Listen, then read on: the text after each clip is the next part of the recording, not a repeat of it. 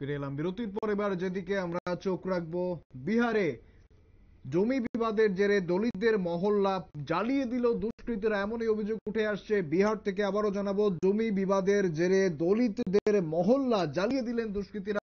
উত্তেজনা বিহারের নাওয়াদায়। দোষীদের দ্রুত গ্রেপ্তারের নির্দেশ মুখ্যমন্ত্রী নীতিশ কুমারের। আমরা জানবো বিস্তারিত। আমাদের সঙ্গে রয়েছেন টেলিফোন লাইনে আমাদের প্রতিনিধি সুমন্ত ব্যানার্জি। সুমন্ত, ঠিক কি জানা যাচ্ছে? দেখো, ইতিমধ্যেই কিন্তু গতকাল রাতের ঘটনা। দুষ্কৃতীরা কিন্তু 21টি বাড়ি দলিতদের জ্বালিয়ে দিয়েছে এবং ঘটনার জেরে ইতিমধ্যেই উত্তেজনা ছড়িয়ে গেছে বিহারের নওয়াদায়।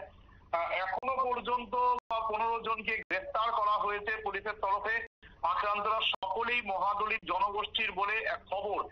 মুখ্যমন্ত্রী নীতিশ কুমার ইতিমধ্যেই নির্দেশ দিয়েছেন বিহার পুলিশের এডিডি আইন শৃঙ্খলাকে ঘটনাস্থল পরিদর্শন করে দ্রুত তদন্ত এবং দোষীদের গ্রেফতারের নির্দেশ দিয়েছেন।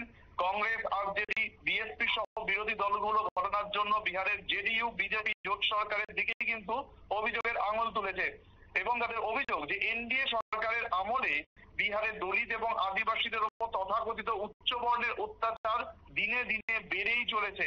ইতিমধ্যে তোমাকে জানিয়ে রাখবো যে পুলিশ সুপার অভিনব ধীমান জানিয়ে দিয়েছেন যে গতকাল রাত্রিবেলা একটা ফোন আসে তার কাছে এবং সেখানেই বলা হয় যে মাঝিরতলায় কয়েকটি বাড়িতে আগুন দেওয়া হয়েছে। খবর পেয়েই সেখানে দমকলের ইঞ্জিন পৌঁছয়, তবে আগুন নিয়ন্ত্রণ আনতে যথেষ্ট সময় লাগে, যথেষ্ট পরিশ্রম করতে হয় দমকল কর্মীদের।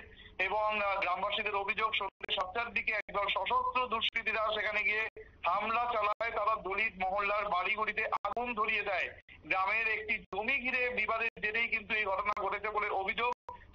পাশাপাশি এই ঘটনায় জেলা শাসক আশুতোষ বর্মা জানিয়েছেন, ঘরহারা পরিবারগুলোর জন্য সমস্ত রকমের ব্যবস্থা করা হচ্ছে প্রশাসনের তরফে।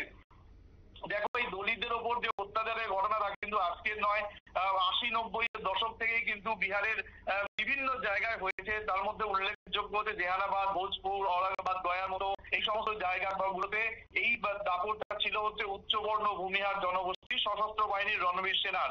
সেই সময় যেটা হতো যে বিহারের বিভিন্ন স্থানে দলিতদের ওপর হামলা ও হত্যার ঘটনা যে সমস্ত এই বাহিনীগুলো ঘটিয়েছিল, তাদের মধ্যে উল্লেখযোগ্য এই সমস্ত মানুষগুলো যারা কিন্তু গতকালের ঘটনার সঙ্গে যুক্ত বলে এখনো পর্যন্ত সূত্রের খবর ঘটনাচক্রে বিহারের সামাজিক সমীকরণে ভূমিহারেরা বিজেপির সমর্থক বলেই কিন্তু চিহ্নিত।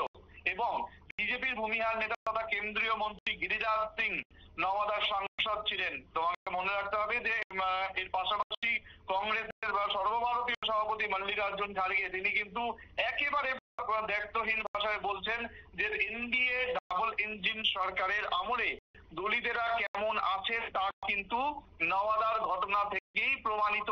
সুতরাং এটা যে বিহারের যে এই ঘটনার জন্য যে রাজনৈতিক উত্তেজনা যে আরো চড়েছে সেটা বলার অপেক্ষা রাখে না। ইতিমধ্যেই সমস্ত রাজনৈতিক দলগুলো বিজেপি বিরোধী বা এই মুহূর্তে বলা যেতে পারে যারা নীতিশ বিরোধী রাজনৈতিক দলগুলো রয়েছে তারা প্রত্যেকেই শোক ছড়িয়েছেন এবং যেভাবে গতকাল আগুন ধরেছে সেটা কিন্তু যথেষ্ট ভয়াবহ বলেই মনে করছেন যারা প্রত্যক্ষদর্শীরা।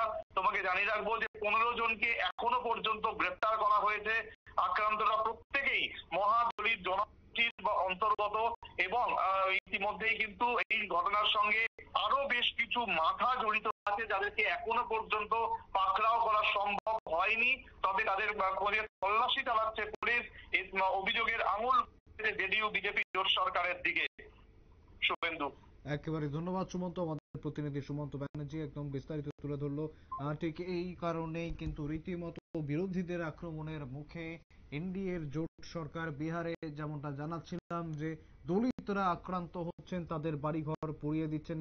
সুতরাং এইভাবে বিরোধীদের তাদের আক্রমণের মুখোমুখি হচ্ছেন এনডিএ শিবির। ফিরে আসছে একটি বিরতির পর, সঙ্গে থাকুন।